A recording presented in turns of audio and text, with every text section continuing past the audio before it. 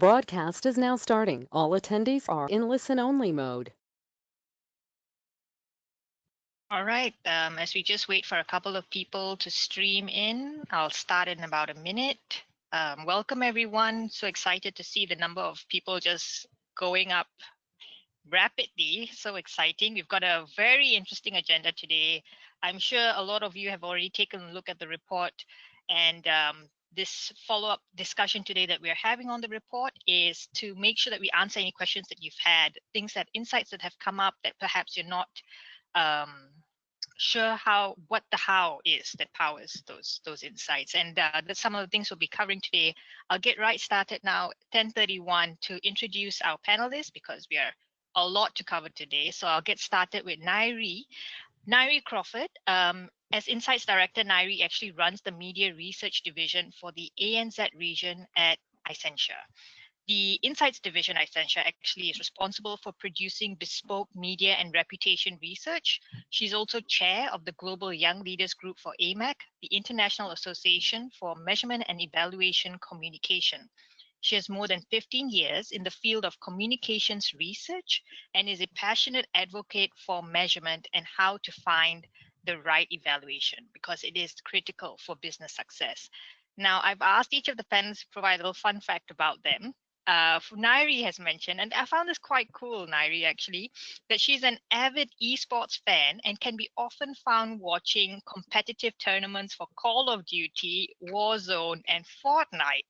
So it's a really fascinating industry. That's what she's mentioned, and I have to agree. When I heard about what Fortnite's been doing, it's been quite incredible, really.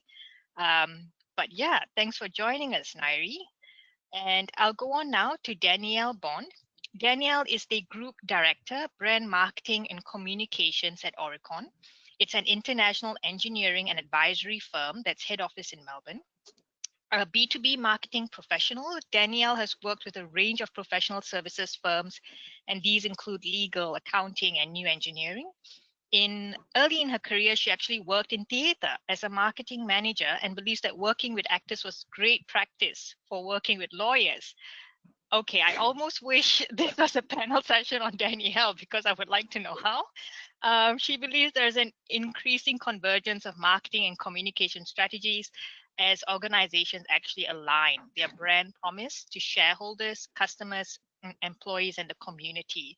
She's passionate about the contribution which strategic communication professionals can make to organizational success and is currently vice chair of the International Executive Board of IABC, which seeks to advance the profession globally.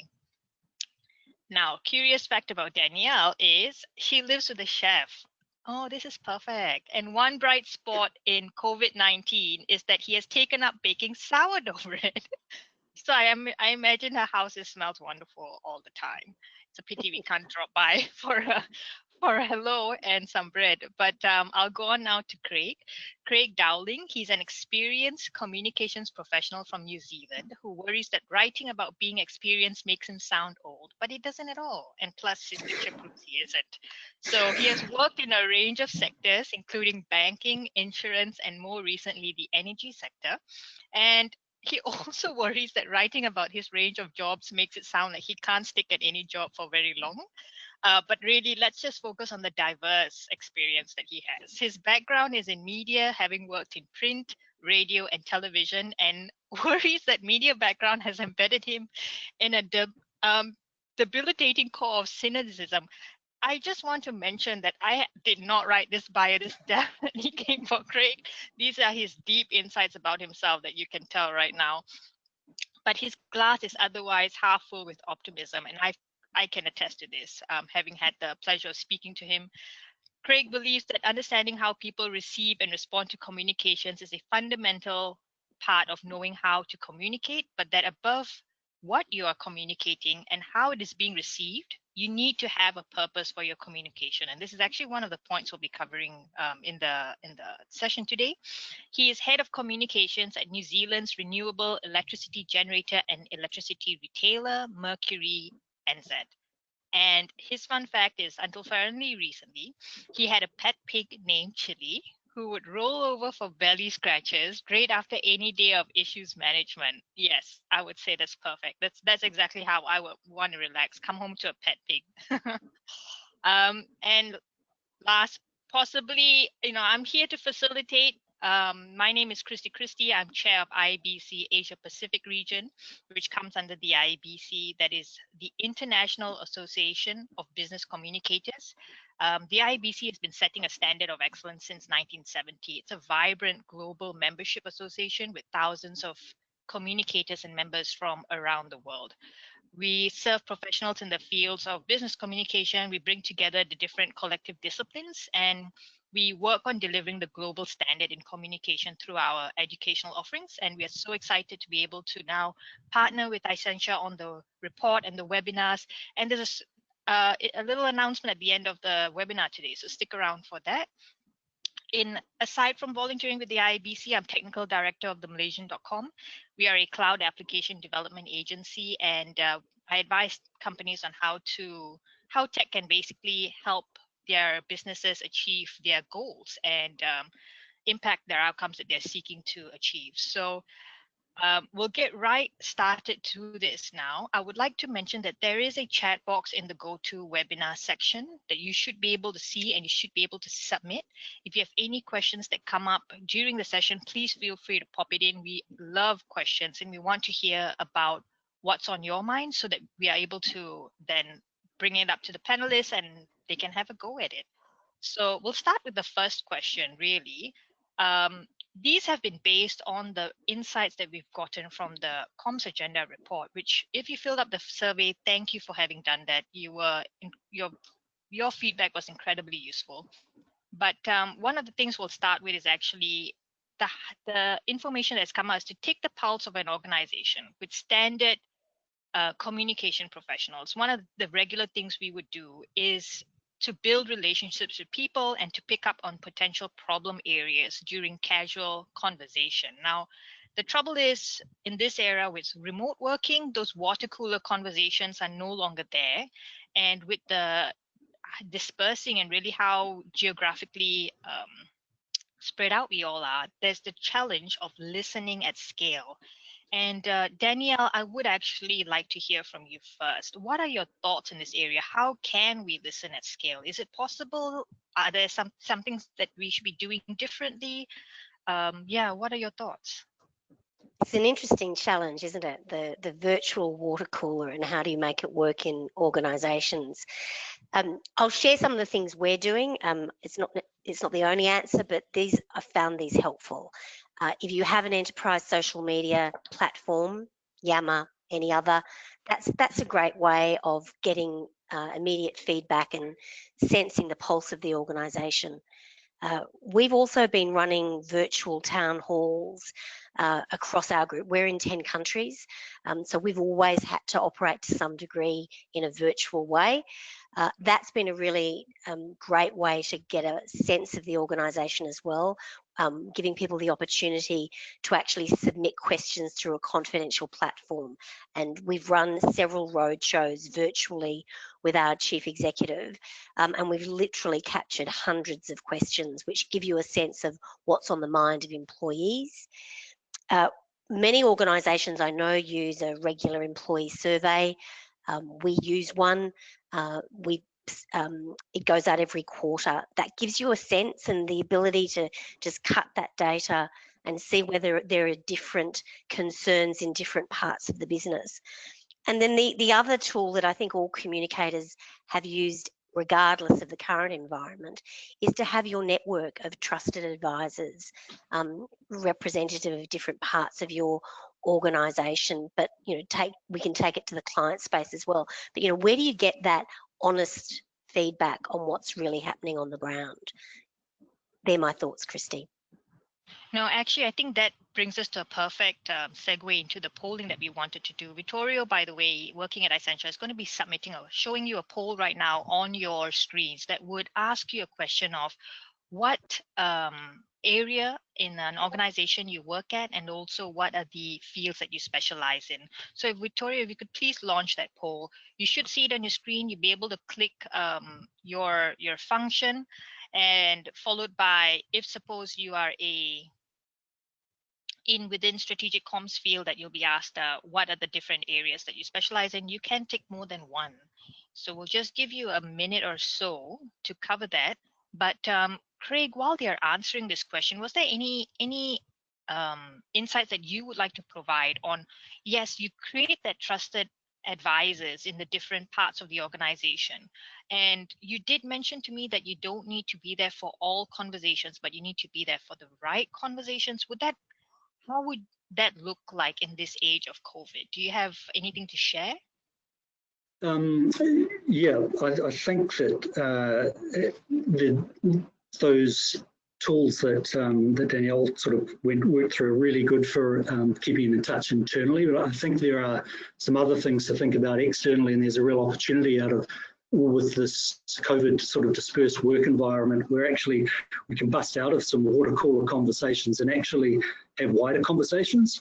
You've got to be pretty organized and dedicated to that. You can utilize tools such as LinkedIn, and they're largely online if you're restricted to your homes. But I think that sort of approach is a very useful one to take. What more can you do that you didn't do that might have constrained you in the past environment? Now we're in a different one.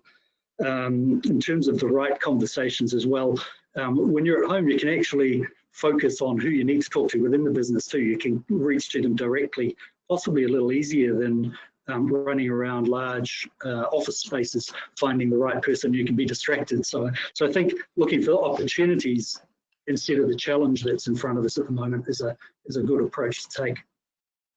Right. And I think that's quite interesting, actually, the running around the offices and trying to find the right people, right? If suppose you had because the poll answers are coming back now, and we've got people who are CEOs, directors, head of functions, quite a bit of managers as well. Let's say we had a new manager coming into an organization with this challenge. Is there a way, a shortcut, a tip or a trick that any of you might want to add? I know this is a bit off the cuff, but how would you go about identifying who are the right people to connect with? Is there a recipe you use, or am I just crazy? Who wants to go on this one? Yeah. Oh, well, I'll go with a recipe. I live with a chef. Look, I think that you've really just got to think about it. It's role specific. But if I was bringing in a new member of the team in the comms space, I would think about the functions that we most often partner with, and I'd connect them with those people of influence and the usual onboarding. I don't think it's a secret recipe though. I think it's just an onboarding, which is more complicated when you may not be physically in the same space, but a planned onboarding is what I'd recommend. Okay. And just something that's a little more in depth to make sure that, because this is a people role, right? You have to be connected, and so therefore you have to rely on the people who brought you in as well. All right, that's good. By the way, thank you all for your responses to the polling question. We'll go on to the next one. Craig, you also mentioned this, the need to really shift from this culture of dependability, which is where we are looking to others for solutions. And you mentioned a prescriptive approach and things like that. Could you talk about maybe some of the steps we should be taking to design comm strategies that are responsive to our organization's needs and the external environment, considering how complex it has become? Yeah, what I was thinking about with those comments was that, like all professions, we build up a sort of a playbook, and with that comes expectations that executives, boards and managements have of comms, and then you often play within that. And I think in this very challenging environment with lots of uncertainty, that we need to take a more open approach to, so these standard sort of things such as a communication strategy really do need to look outside rather than within that strategy to be fully effective. So you've got to have multiple playbooks, because the scenarios that are going to come at us have to be imagined from a much more diverse range of inputs, I think, with, you can have someone with COVID coming into your business. It could be a partner, it could be an employee. How do you react to that? How do you react with social media, raising that rather than through normal sources? So what are the scenario work, I think, has to be really elevated over the next year to play these things out, think through in your head how to respond on it. So, and letting your executive team and your key partners around you know that actually agility is going to be the thing that sees you through to the end of this, and not a prescribed communications plan that you have tucked away in your top drawer. It's got to be really relevant day to day and looked at. So that's sort of the approach there, to build, guide expectations that actually how you've done things in the past might not be how you're going to look to do things for your executives going forward. Take them on the journey with you. Right. And actually this is something that Ngaire, you mentioned about, because Craig has talked about it's important to listen to the external sources as well. And you mentioned that sometimes there are brands and organizations who sometimes haven't listened enough to provide context. And this is one of the points in the report was also just about stakeholder surveys, and employee engagement and reputation data will be almost like the North Star metrics for communication professionals. Could you share about this? What should brands be doing and organizations should be doing now if they wanted to listen externally to ensure they avoid the pitfalls? Sure. I think one of the tricky things about the term listening is that it is becoming a little bit benign. So it's been often co-opted by a lot of technology that refers to listening, or it's really specifically about media or social media monitoring. One of the ways that I like to frame it is that generally a lot of communications professionals consider themselves to be news junkies, which is amazing. I'm one too. But it's about actually moving a little bit further away from just focusing on news and being able to really tap into what the kind of major emotional responses are. One of the easiest ways to do this is using social media and watching, how are other brands or companies, how are their actions being received? I tend to recommend one of the easiest ways to do this is to look on the trending page of Twitter. See who's being quote unquote cancelled. What is the hashtag of so-and-so is over party? All of those types of things help you understand what that emotional tone is. And it's that really provides the richest context for whether or not what you're doing might be appropriate or might land. It's less about your individual organisation or a specific topic. It's much more about those general things that people are responding to. Danielle and Craig, anything to add about this listening to provide context, and really active listening really is part of it? Well, I mean, I love Twitter. I spend far too much time on it. But look, I think you have to be thinking about your organisation and its place in the world, and what are the macro issues that are impacting it, and what's happening in the zeitgeist around those issues, and the be prepared piece that Craig was talking about. I doubt that any of us had our pandemic plan sitting in our top drawer, so we were all perhaps caught short, but we know a lot of the other issues are known, and if this has taught us anything, having a be prepared approach to communications will always help us respond more effectively when the unexpected turns up.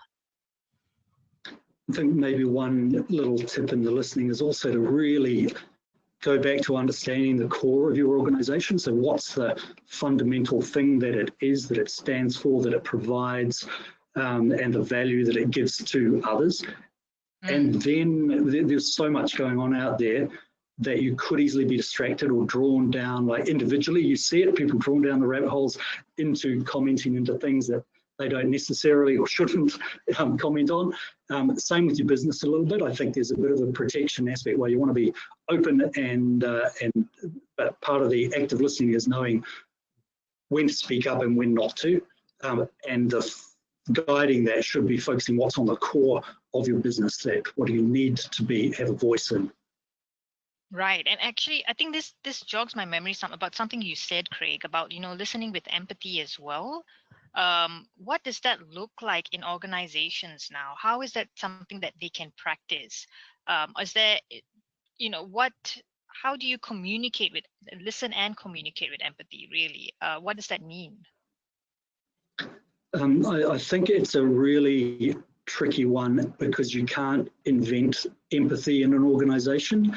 You've got to have a culture of it. So I think there's that aspect of you've got to hope that there's been a bit of pre-work that your culture is strong. If not, it doesn't mean that it's a hopeless case, but you've got to really think probably more carefully. If it's inherent in your business, then you're at a good starting point. But really the customer, the stress that many people are under, and actually I would say that it's so there's customer stress, and partner stress, there's also individual stress within your organisation, and I think our profession will not be immune from well-being issues and stress issues. We're going to be dealing with some really tough challenges with transitions, transformations at a heightened and very difficult time. So how do we look after ourselves? And that is something to think about. That's a question, not a how do we do it. I know what the theme is today. We're going to figure out how, but I think let's find time ourselves in each of our days to actually sit back and look after ourselves so we can then perform to the right level that's required of the business when we really have to. Right. And actually even talking about these transitions that companies are going through or have gone through with the use of technology, one of the things that came up in the report that I recall was actually that when it comes to the areas where people would like to introduce new technology over the next 12 months was most likely when it comes to employee engagement, and a very close second was reputation management. Now, I know that, it's understandable that they want to bring new technology in these areas, mainly because, well, we'll go into brand reputation in a bit because that was an area of concern for a lot of people. But in terms of employee engagement, introducing these new technologies, what should people be doing? What should communicators, managers, CEOs, directors, really, what should they be doing in advance to identify? Because Danielle, you talked about Yammer as well, having in these intranet systems that help with the virtual town halls and things like that. If they're looking at these new technologies, how do they decide whether it would fit their company, or how do they do it in a time when people are just overloaded with a lot that's going on? Do you have any standard practices they should be practicing? Look, I think there are some things that you do need to think about. So Craig spoke about listening with empathy and the role of the organisation's culture. So I would always be asking questions at the front end about what's your strategy in terms of your workforce strategy, and what are your goals and objectives around employee engagement. I think one of the biggest risks organisations have is that they can introduce an employee pulse feedback process technology, but if they're not prepared to act on the feedback, they've actually overpromised and under-delivered. So before going down that path, I'd really urge comms folk to make sure that there's a clear business strategy around their employee engagement focus. What is HR doing with leadership to engage the workforce, to develop a workforce that's able to navigate the current environment? What are the needs of the workforce in the future? And from that, sure, employee engagement is fundamental to business success. But unless you've got a plan, I don't know how you're going to respond to feedback. And that's the risk. Yes, that is a risk. And that actually brings us very nicely into some of the areas that people are concerned about in terms of risk. Brand reputation was listed as one of the top communication priorities, and this was in regards to leadership communication and content strategy and employee engagement. And we'll come to content strategy in a bit, because I am curious to hear about Craig's views on content is or is not king. I won't no spoilers, but brand reputation first. When it comes to brand reputation and the risk that people are facing in this area, what should they be wary of? I know, Ngaire, you talked about misinformation and conspiracy. It's part of the challenges that comes with, for example, using social media and relying on owned channels where these things could be brewing quietly outside of these channels that you may be unaware of. And I know listening is something that you've emphasized again and again. Would you like to share about what they should be doing from that aspect? Yeah, I think misinformation and conspiracy is probably one of the biggest risk challenges, especially for the next kind of 12 to 24 months. It's definitely something that should be in every practitioner's toolkit and part of kind of standard crisis response.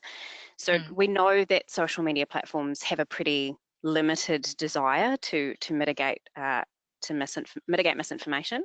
In a lot of ways, that horse is already completely bolted, has probably run laps around all of us at this point.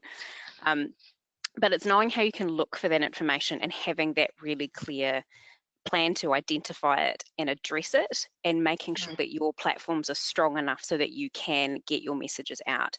Especially during COVID, we saw a lot of success in how you brand public health information, the ability to be recognizable and to have your platforms as that kind of single voice and that consistent voice, so that when there is information that's incorrect, you can tie back to it really quickly. But certainly making sure that that is part of planning and thinking is incredibly important at the moment. Right. Danielle, Craig, anything to add to this? I would just suggest that in that brand reputation space, my view is it's always been fundamental. There's lots of research that shows that organisations that continue to invest in their brand during times of economic crisis like today come out the other end much stronger than those that don't. So I saw in the report, many of our respondents are obviously have budgets under pressure, which we appreciate. But I'd be buddying up with your marketing team to talk about the imperative of investing in brand, because it will get you through this. So that would be my key takeaway there. Yeah, Craig, do you have any examples, for example, where it's gone well, or really anything to add, really? We had a situation here in New Zealand with a large pizza brand that we talked about offline, where a company is a little bit like a reflection of the water cooler discussion that where something sounded like a good idea but led to a big reputational issue, where they marketed pizzas for Karens, which is obviously a term that has a lot of weight given to it through social media. And they thought they were doing something clever by going to give pizzas to good Karens versus bad Karens. And they just got ripped apart on social media for misreading the room and thinking and trying to get on to a social media movement that wasn't a business to be part of, in a way. And I think it provided a good salutary lesson for many others to go, oh, be careful of your good ideas and at this time where there's really heightened scrutiny of what's right and what's wrong, and double check and listen. To the point earlier about listening, you need to get other ears on some of these ideas rather than just the circle of your own. It's the bubble phenomena. You've got to seek outside of that and test these things, because the reputation is probably more vulnerable with the playbooks and the toolboxes of the conspiracy theorists and the other movements that are going on out there. So a lot of care around reputation. So you're careful with the voice that you put out there. No, absolutely. Totally. And go Kristy, ahead, Danielle, sorry. Just one thing to add, because I really agree with Craig, and I'm just reminded of the other phenomenon that I think will be, it's always been important, but it's really particularly so today, is the gap between what you say and what you do. And where there is a gap, you will be called on it.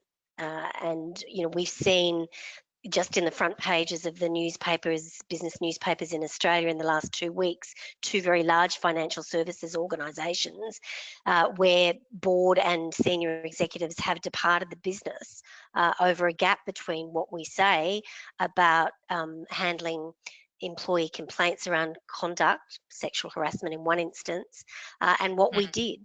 And I was intrigued to see recently the New York Times reporting on McDonald's, who are indeed the board is now suing a former chief executive who left because of conduct issues, because further conduct issues have emerged. Now that's a real shift. It wouldn't be that long ago in living memory where that might have happened, but the board would choose not to get back into the press talking about these issues. But I'm assuming that board, and I don't know the intricacies of the matter, but I'm assuming that board's recognising that they have to stand up for those values, and that they will be judged when they don't. And I think that's a massive phenomenon, not just in gender harassment issues, but we saw it play out in Black Lives Matters.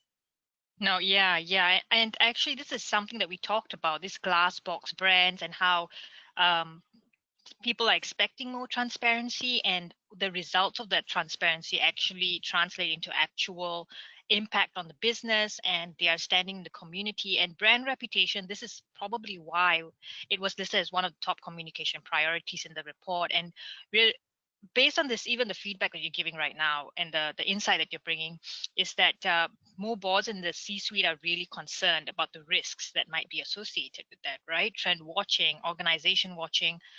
What are some of the reputation risk challenges that people in the comm space, our communication professionals and the managers and the directors really should be preparing for? Is there, what are the roles really and the emphasis that they should be placing on things? Ngaire, would you like to start off about talking about the boards and C-suites and why these things are important? Perhaps what, how they've even played in the past?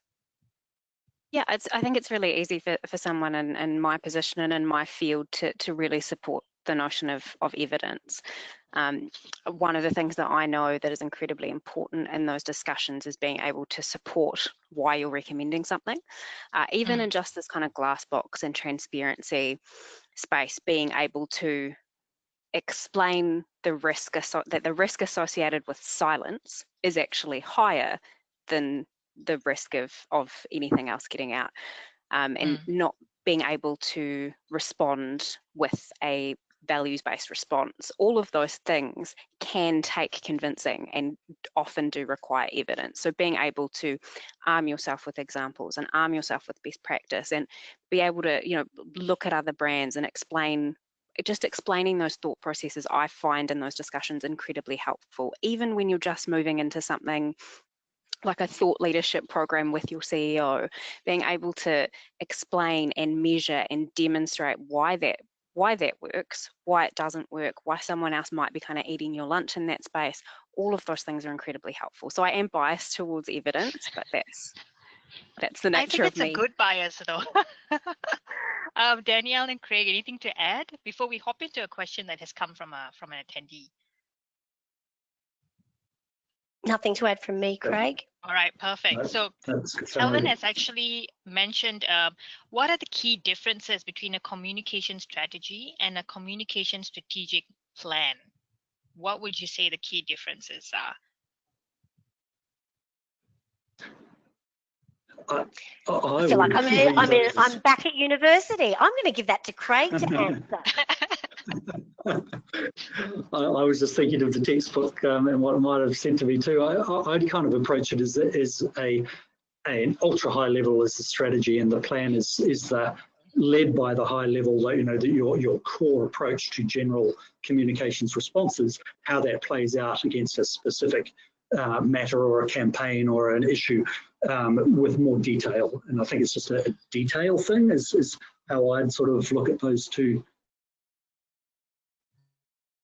Talking about strategy and going to the details, we've heard now about a brand that, it went wrong with the trend that they decided to try to hop on. But let's have some, we need some good news. We need some happy and, useful examples of what we should be doing. Are there any examples that come to mind really about brands where they're doing this well, where, when we talk about social media and the best practices we're looking forward in the coming year, are there any examples where you've seen campaigns that are done well and that people can use as inspiration really? Anyone want to kick off on this? I've probably got a couple of examples. Yeah, why don't you kick us off? Why don't you start this? I think just because we've been talking a lot about being able to understand context and the emotional tone of things, especially in the last 6 months, we know that what people respond to is whether or not you're contributing to the kind of wider public good. And there's a lot of ways that companies have been able to do that. There's been really great examples of campaigns that have been particularly about essential workers and connecting to the health workforce. There's been campaigns that completely surprised me, because on paper I would have been like, these seem like terrible ideas, but the Dettol hand washing dance on TikTok that had, you know, a huge amount of engagement and views. There's a few other brands that have been able to kind of stay true to their cheekier form and pick at issues that are really important to people. So in Singapore, there was Circles that was attacking other brands for not increasing or removing data caps for internet, when that was a really significant social issue where internet was a basic human right. So there's things like that. When you tap into that, it does still work. It's just whether or not it's an appropriate time. If you're not a brand that, or an organization that traditionally is a bit cheeky or uses humor, now may not be the time to, you know, try to pivot to that. The same way that video is really tricky in a receipts-based culture where people video bad behavior a lot of the time. Now may not be the time to do beautifully produced video. It's just being able to tap into that. But there's a lot of brands that have done wonderful work building social communities, building their audiences, smaller businesses being able to really tap into that buy local trend, just because they're talking to their audiences, they're fostering that connection, they're creating that kind of one-on-one between a customer.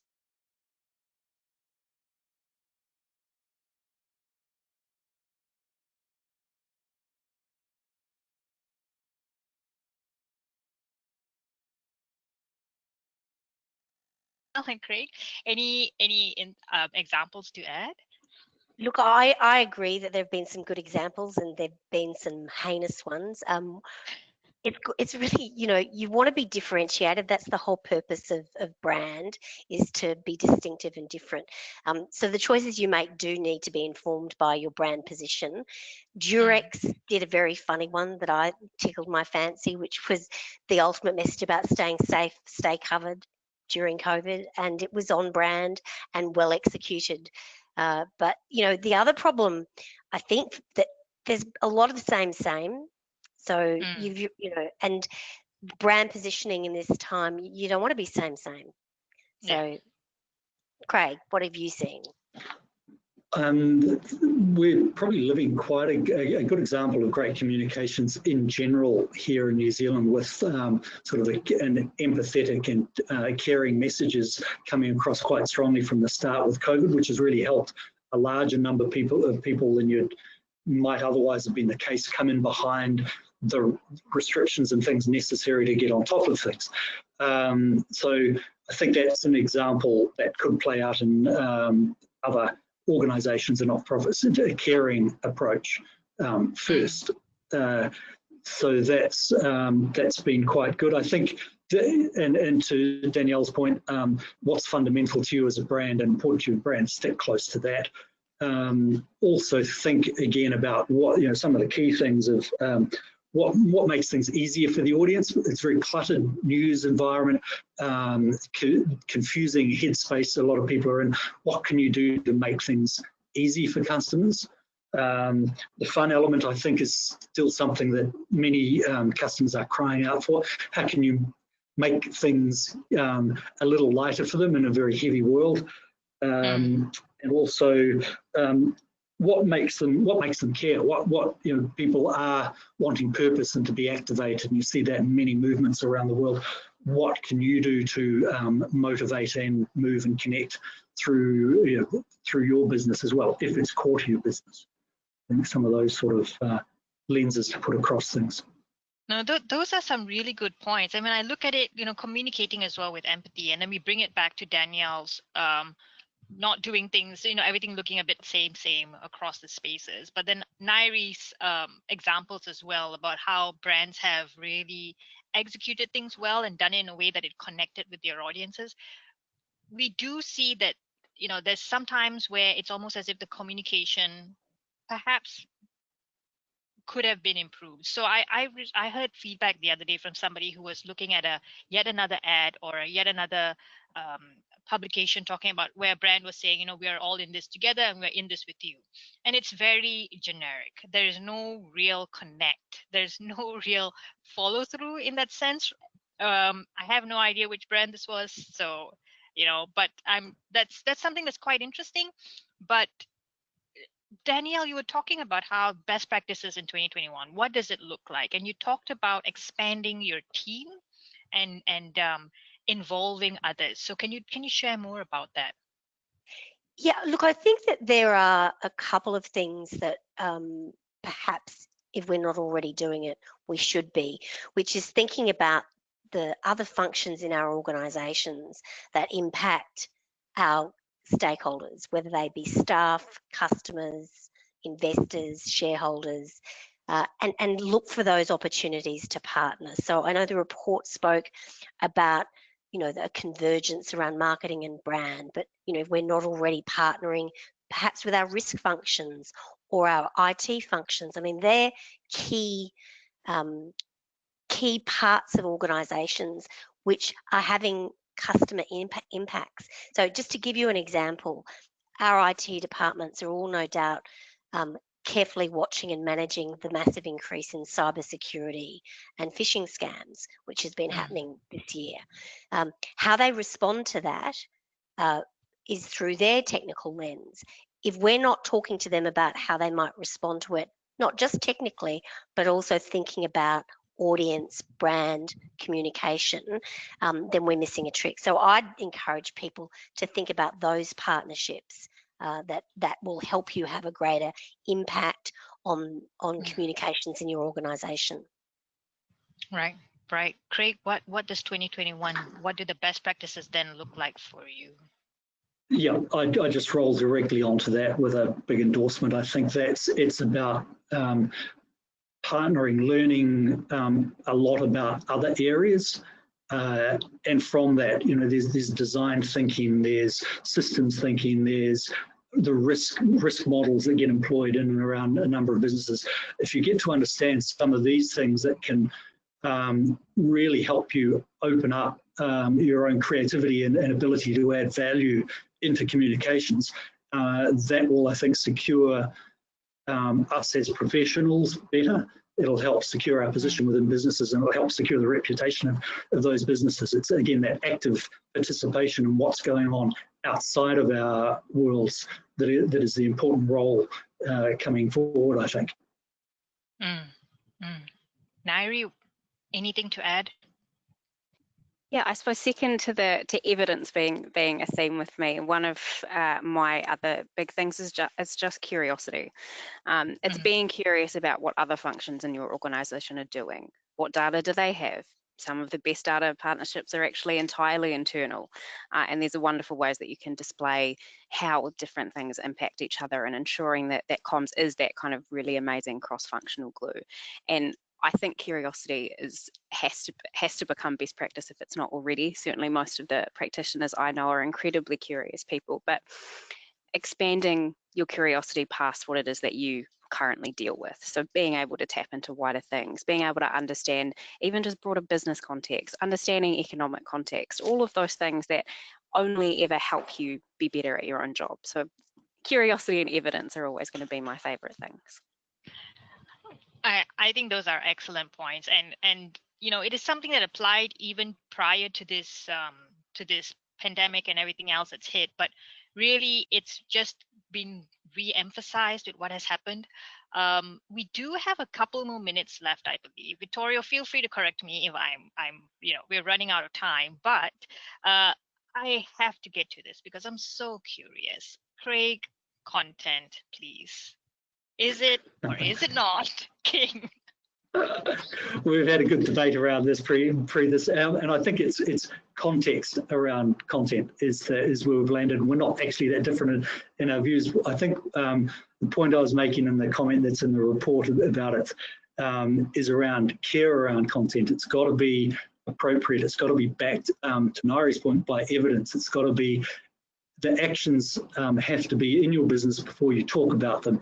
If you're just filling space, I'm really against it. It comes to the example you mentioned, Kristy, about people putting out stuff about we care, we're with you. Well, that's fine, but are you, and how, and does it really matter? If not, actually concentrate on doing it, concentrate on looking after your people, your customers and that, and then you'll get the chance to speak. No one wants to be sitting next to them or in the bar or at the sports field going on about themselves in this environment, unless they've got something interesting to say.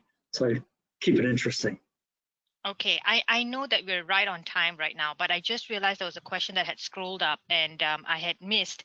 I'm sorry we won't be able to get to both of them, so I'm going to pick the one that I think is going to help the larger audience in the room. And this is from Monica, who wants the panel's thoughts on the potential impact for news organizations and others of the proposed restriction on sharing news content on Facebook and Insta. Do you all have any ideas on what they can do to mitigate it or work around it? So I can repeat that again. The potential impact for news organizations and other organizations on the proposed restrictions of sharing news content on Facebook and Instagram. Anyone want to take this on? Well, look, I get the risk. I'm more an advocate for respecting people's intellectual property, and I think that that's where I sit in the debate. Well, that pretty much brings us to time. Craig, anything to add before I start wrapping this up?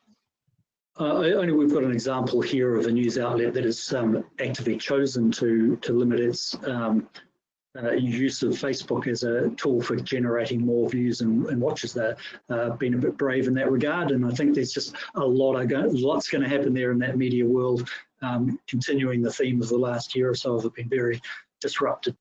And there's going to be some positives and some negatives out of it, and we've just got to be really agile with it. All right, Ngaire? Yeah, I think it's very interesting, but I think a lot of this stuff, especially around how people interpret information, horses have well bolted. Those are platforms of misinformation and communities where that can grow. It feels a little bit like a band-aid that may not necessarily do what it's intended to do. Well, I think that's a perfect way to start wrapping this up. This has been an incredibly interesting conversation. I wish we had way more time. Perhaps our attendees can tweet your questions that you can still answer on Twitter. Would that be all right, or is that a breach of your privacy? If not, just tweet Isentia and we'll find some answers, as well as IABC APAC. Everybody, I do want to quickly mention regarding thanks to the partnership between Isentia and IABC APAC on the Comms Agenda report and the webinars.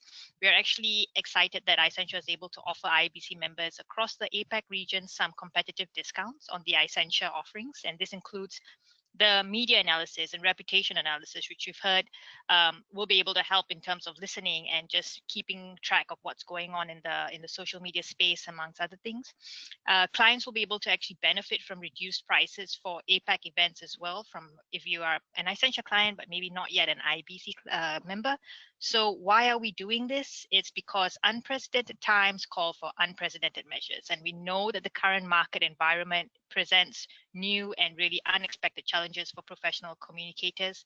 So as two organizations really in the strategic comms and research and measurement space, Isentia and IABC APAC are collaborating to unearth and offer insights that will benefit you. So I appreciate it. Thank you so much for having come. We're definitely sending you a follow-up email with the webinar recording and more information. I hope you have a lovely day and take care. Thank you to our panelists as well, Danielle, Ngaire, Craig. Wonderful. Thank you. All right. Take care, everybody. Take care. Bye for now.